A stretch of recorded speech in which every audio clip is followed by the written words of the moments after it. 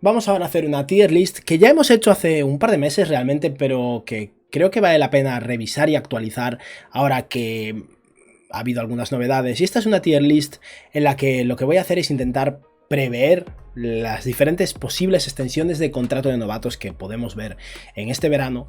Recordemos que el plazo límite es el 19 de octubre, ya hemos visto varias, en las jugadores que ya han firmado una extensión no están incluidos aquí, son jugadores como Zion Williamson, Darius Garland, Keldon Johnson, el más reciente es RJ Barrett también.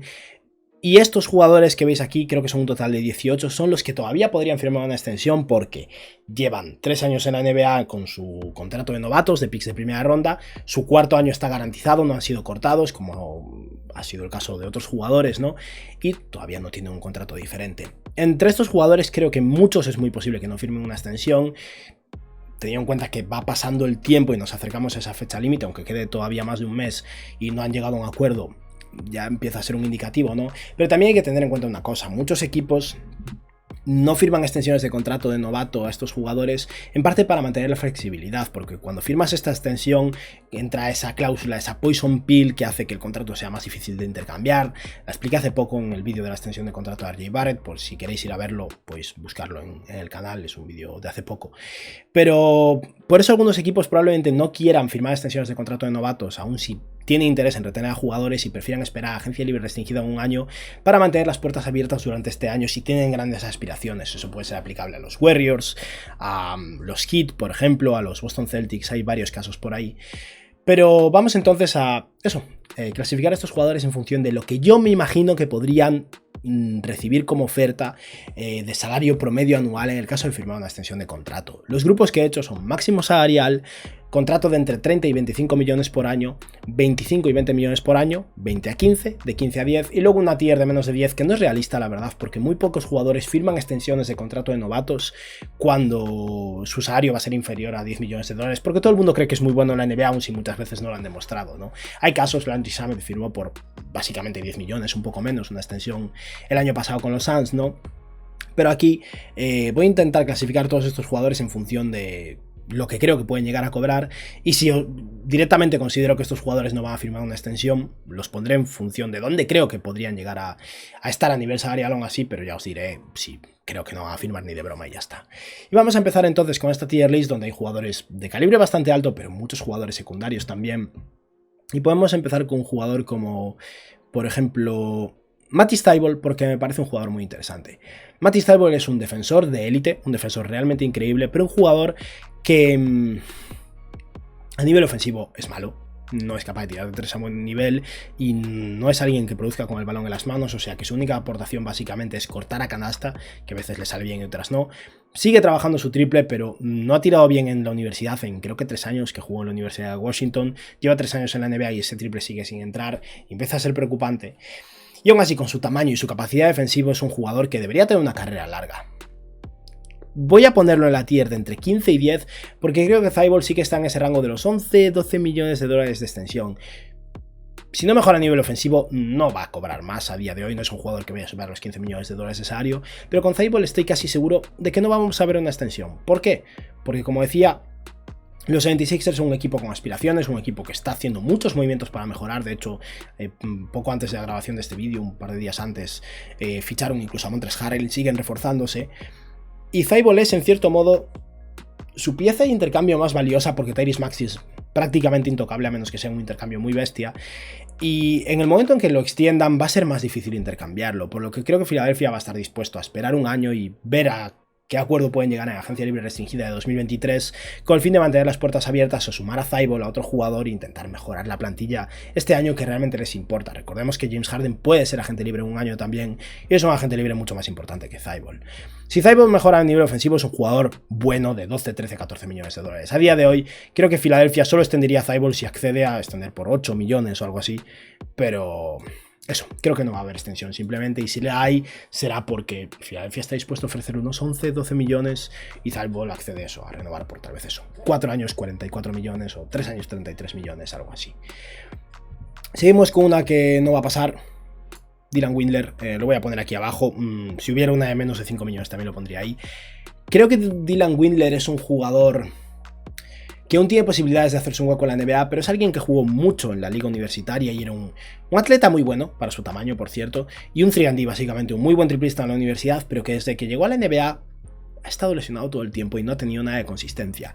En un equipo como los Cavs, al que le viene bien defensa y tiro de 3, puede que Windler aún se pueda hacer un hueco en esa posición de escolta híbrido, capaz de jugar un poquillo de alero, pero no ha demostrado nada de momento en absoluto, ha tenido pocos minutos, se ha lesionado muchísimo y no se ha ganado un contrato. Esa es la realidad.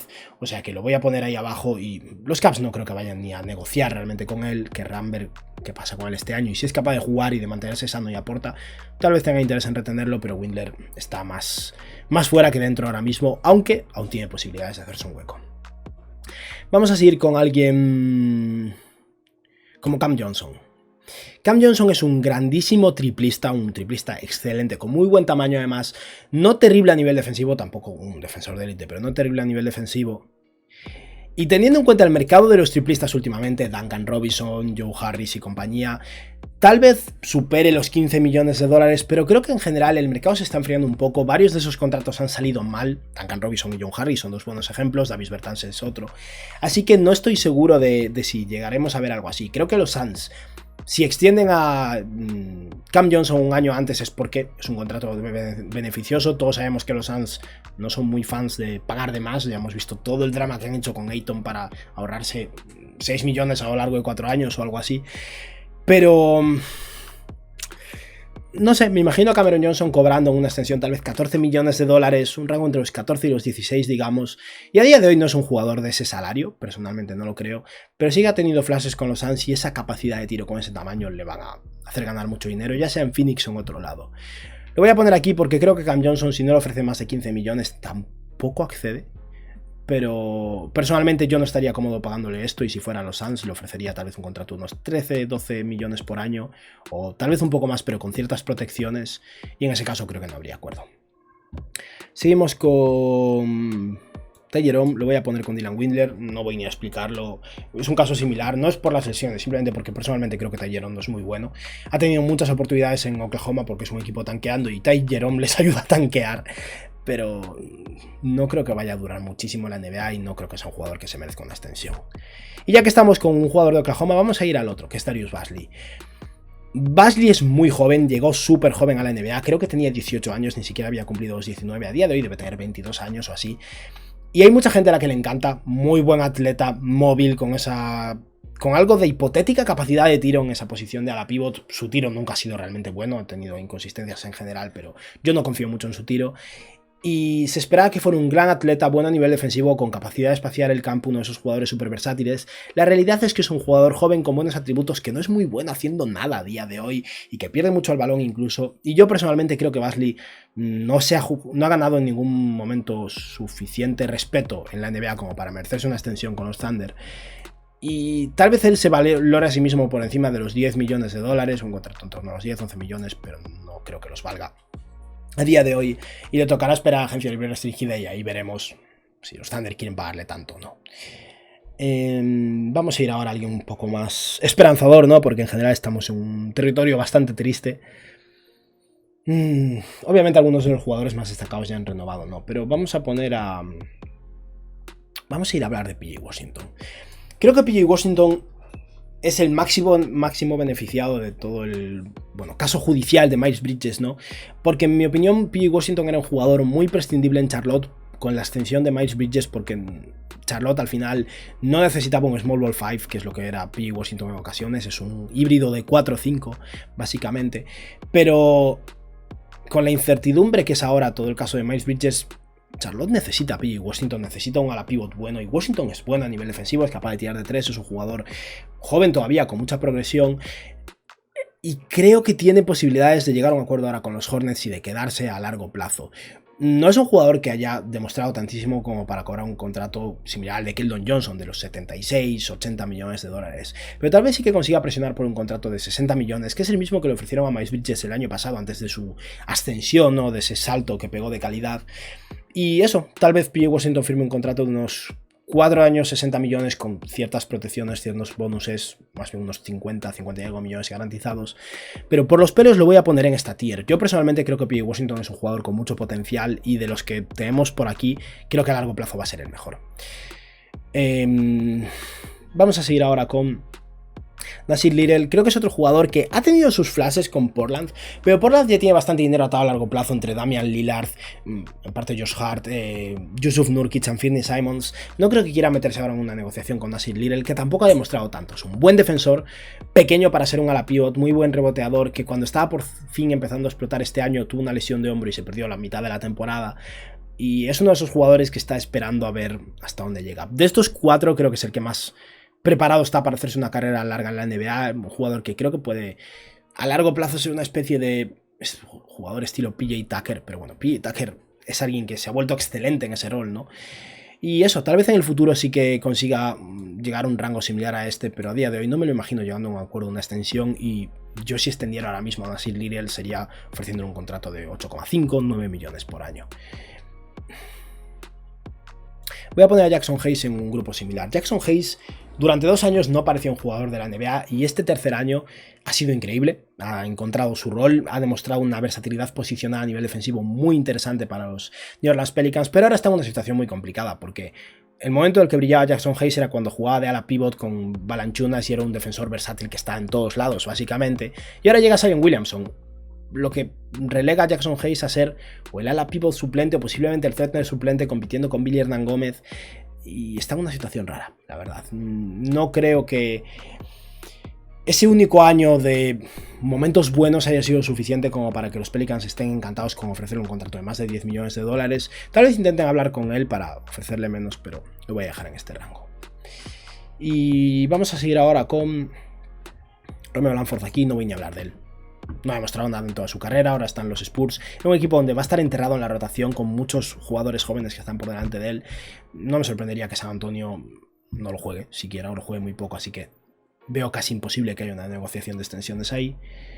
Y vamos a darle un toque ahora más optimista y venga, vamos a hablar ya de Jordan Poole. Jordan Poole. Los Warriors tienen que querer atarlo a largo plazo, porque es un equipo súper caro, es verdad, pero Jordan Poole es parte de ese futuro, y ahora mismo Golden State acaba de ganar un campeonato, pero está trabajando en generar esa continuación, esa segunda etapa brillante en Golden State. Y Jordan Poole, de esos jugadores jóvenes, de esos Kuminga, Wiseman, Moody y compañía, es el que más ha demostrado con diferencias, alguien que realmente ha sido clave para este equipo ya este año. Y va a ganar mucho dinero. Lo voy a poner en esta tier de 25 a 20 millones de dólares. No me parece imposible que llegue a un acuerdo de un contrato similar al máximo con Golden State, pero en general creo que los Warriors, si consiguen negociar con él una extensión de contrato y acceden este año, es porque Poole accede a cobrar un poco menos del máximo. Y ahora mismo no es un jugador del máximo salarial, pero no me sorprendería que el año que viene lo sea. Es una situación complicada, pero lo voy a poner en esta tier entre 20 y 25 millones de dólares. Lo que estropea todo esto es que Anthony Simons haya conseguido un contrato con los Blazers de 4 años, 100 millones de dólares, porque Simons es peor que Jordan Poole. Pero personalmente considero que el contrato de Simons es excesivo y vamos a confiar en que las cosas se racionalicen un poco, igual que el intercambio de Rudy Gobert fue excesivo y el de Donovan Mitchell, que es un jugador que probablemente tenía más valor, acabó retornando un poquillo menos. Pues vamos a confiar un poco en eso también. Tyler Herro lo voy a poner en la misma tier. Creo que son jugadores similares. Herro metió más puntos por partido esta temporada, pero creo que Jordan Poole ha demostrado más explosividad y más creatividad con el balón y puede que tenga un techo ofensivo más alto. Ninguno de los dos defiende absolutamente nadie. Son terribles los dos en defensa y eso es un problema. Pero Herro al final fue el sexto hombre del año, pero era un jugador que salía desde el banquillo, y saliendo desde el banquillo es difícil justificar un máximo salarial. Seguro que él lo pide. No creo que Pat Riley se lo quiera pagar. Aparte, Pat Riley ya ha dejado varios comentarios sobre Tyler Herro últimamente, o sea que no está encantado con su rendimiento, y es sobre todo por la defensa, supongo. Pero no me lo imagino accediendo a una extensión de menos de 20 millones de dólares, ni de broma. Tyler Herro es un tío que en su tercer año ha promediado 21 puntos por partido en el mejor equipo de la temporada regular en la conferencia este y ha ganado el sexto hombre del año. No va a extender por menos de 20 millones de dólares y probablemente pida algo cercano a los 30. Bitadze lo voy a poner aquí con el equipo de los jugadores que realmente no van a recibir una oferta. Los Pacers tienen bastantes bigs, aún habrá que aclarar qué hacen con Miles Turner, pero tienen por detrás a Isaiah Jackson, tienen a Jalen Smith. Bitadze fue un pick de primera ronda hace 3 años que no tuvo muchas oportunidades porque estaba enterrado tras Sabonis y Miles Turner y en cierto modo sigue enterrado aún y no creo que vaya a hacer una carrera muy longeva en los Pacers. Tal vez en otro lado destaque. Es un center muy grande con potencial defensivo, problemas de esfuerzo en ocasiones, pero lo vamos a dejar aquí. Cam Reddish. Cam Reddish va a querer algo en este rango. Bueno, Cam Reddish querrá esto porque se cree increíble. Es un tío con unos atributos físicos excepcionales, brazos muy largos, buen tamaño, muy fluido con el balón, buena movilidad, una mecánica de tiro bonita, aunque no entra demasiado. Pero ha llegado a New York mediante intercambio en medio de la temporada y Tom Thibodeau no lo jugó porque no le gustaba, y ahora ya hay rumores de que Cam Reddish quiere ser intercambiado a otro lado porque quiere un rol mayor, siempre quiere un rol mayor, ¿no? Y la realidad es que si los Knicks le ofrecen una extensión será en el rango de los 11, 12 millones de dólares y no va a haber un acuerdo. Así que bueno, lo dejamos en este rango, pero no va a pasar. De aquí básicamente soy optimista con 1, 2, 3... Estas 5 extensiones son las únicas de momento en las que confío.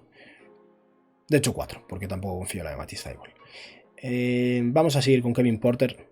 Voy a poner aquí a Kevin Porter. Creo que Kevin Porter sí que ha demostrado a nivel de números y de productividad en los Rockets mucho talento. No es un jugador para mí de 20 millones de dólares, pero tal vez sí que sea un jugador de 16, 17 millones de dólares.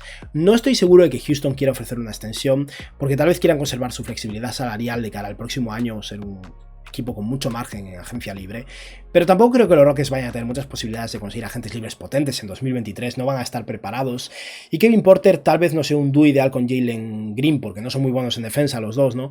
Pero es un jugador con muchísimo talento ofensivo, muy joven, con problemas de actitud, pero que si hay un acuerdo de una extensión con los Rockets no me sorprendería, y creo que será en ese rango, unos 16, 17 millones de dólares por año. Rui Hachimura lo voy a poner en esta tier. Hachimura tuvo un año muy raro básicamente porque no empezó la temporada en los Wizards, estaba en Japón con problemas personales, creo que no estaba bien, y luego llegó y tiró súper bien de 3, el año anterior había tenido sus flashes, es un jugador con mucho talento ofensivo, buen tamaño en esa posición de la pivot, con un rol complicado en Washington entre Kyle Kuzma y Kentavious Caldwell-Pope, por eso no soy muy optimista con esta extensión, pero yo personalmente, si fuera agente de Hachimura, siendo consciente del potencial que está demostrando a nivel ofensivo, no le recomendaría acceder a una extensión de menos de unos 12 millones por año y por eso lo voy a poner en esta tier. Pero si bien es con el que soy más optimista de los 3, no estoy seguro de que vaya a llegar a un acuerdo con Washington. DeAndre Hunter lo voy a poner aquí. Muchísimos problemas de lesión, muchísimos desde que ha llegado a la NBA, pero fue el cuarto pick del draft y eso viene con un pedigrí, ¿no? Y en los momentos que está sano es un defensor de perímetro excelente, realmente bueno, con muy buen tamaño, que ha tenido sus flashes de producción con el balón. Ahora no va a tocar el balón entre DeJounte Murray y Trae Young, de eso estoy seguro, pero cuando está sano es muy bueno, es un muy buen 3&D y eso se paga muy caro a día de hoy. No creo que consiga un contrato al estilo del de Mikal Bridges que ronda más los 20 millones de dólares, porque Mikal Bridges demostró más en su tiempo en la NBA y Mikal Bridges no se pierde un partido, es lo contrario. Pero creo que DeAndre Hunter por menos de 15 millones de dólares no va a estar dispuesto a extender. Es otra extensión con la que no estoy seguro de si llegará a un acuerdo. Y ya para acabar, Nickeil Alexander-Walker lo vamos a poner aquí. Tal vez tenga alguna posibilidad de extender su contrato porque los Jazz están tanqueando a muerte de manera ya evidente. Falta que muevan a Jordan Clarkson, Conley, Bogdanovic y compañía. Y en ese contexto, con tantos jugadores jóvenes, tal vez quieran probar suerte con Nickeil Alexander-Walker, jugador por el que intercambiaron a mitad de la temporada pasada. Un anotador con talento que no pasa mucho el balón, que con Talen Horton Tucker y Colin Sexton puede ser muy divertido. Esos tres podrían conseguir pasarse un cuarto sin repartir una sola asistencia posiblemente. Y no sé, tal vez haya un acuerdo por ahí de una extensión barata y un poco team friendly, a lo mejor algo al estilo de lo de Grayson Allen, un par de años, 18 millones de dólares. Con eso Nickeil Alexander-Walker se asegura dinero potente, mientras que los Jazz tienen un poco más de tiempo para evaluarlo, pero tampoco contaría mucho con ello. Y de estos tres jugadores, Brandon Clarke. Lo voy a poner aquí. Brandon Clarke fue excelente para los Memphis Grizzlies, un jugador muy bueno, sobre todo en playoffs, demostró muchísima intensidad defensiva, peleó muchísimo en los rebotes, fue muy eficiente finalizando cerca del aro, juega muy bien el pick and roll con Ja Morant, pero al final los Grizzlies tienen unos jugadores prioritarios a los que pagar, en el futuro Desmond Bane, Ja Morant al que ya le han pagado, Jaren Jackson, y han hecho varios esfuerzos por generar flexibilidad y liberar salarios, soltando el contrato, por ejemplo, de Tony Melton, y por eso tengo mis dudas de que llegue a un acuerdo. Aún así, creo que Clarke es importante para ellos y tal vez un contrato de unos 13 millones por año, 12 millones por año, sea algo a lo que puedan llegar a acceder, sobre todo si es un contrato no muy largo, un par de años de extensión posiblemente, y creo que Clark se lo merece. Es un muy buen jugador de rotación, tal vez no un jugador de calibre titular, pero sí un muy buen sexto, séptimo hombre que realmente aporta en ciertos momentos, capaz de jugar de 4 de 5 y bueno en defensa, y yo creo que eso es suficiente para justificar una negociación bastante seria de extensión de contrato. Y de los dos últimos que quedan, Coby White. A White lo voy a poner aquí, pero creo que no hay interés alguno. Los Bulls al final tienen a Yodo Sumu, acaban de drafear a Tyler Terry, creo que se llama, se me acaba de olvidar su nombre, pero bueno, acaban de drafear otro base en la primera ronda. Tienen a Zach LaVine recién renovado, a Alonso Ball, que está tocado, pero que está ahí bajo contrato, Alex Caruso. Coby White es muy redundante en este equipo y lo que es, en mi opinión, a día de hoy es una pieza de intercambio. Dylan Terry, es verdad, gracias, Dylan Terry. Y por eso creo que no va a haber extensión de contrato. Los Bulls van a tener más interés en tener la posibilidad de mover sus 7 millones de dólares de salario, tal vez emparejados con otro jugador para hacer algún movimiento y reforzarse antes que extenderlo probablemente. Pero si llegara a un acuerdo de una extensión, tal vez sea en ese rango de los 11-12 millones de dólares. Coby White, para haber sido el séptimo pick del draft, ha sido un poco decepcionante, pero últimamente ha tenido algunos flashes de mejora defensiva, de mejora un poco las lecturas y creo que puede haber un jugador interesante ahí, tal vez como sexto hombre, pero posiblemente no en Chicago. Y para acabar, Grant Williams, lo voy a poner aquí también. Creo que Grant Williams sí que tiene posibilidades de llegar a un acuerdo, una extensión. El mayor problema puede ser tal vez que Williams, por su actuación en los playoffs, aunque luego su actuación decayó bastante en las rondas finales, pero sobre todo por su actuación en los playoffs, en la primera ronda contra los Nets y en la segunda ronda contra los Bucks, tal vez intente presionar por los 16-17 millones de dólares, contrato de la línea de Duncan Robinson.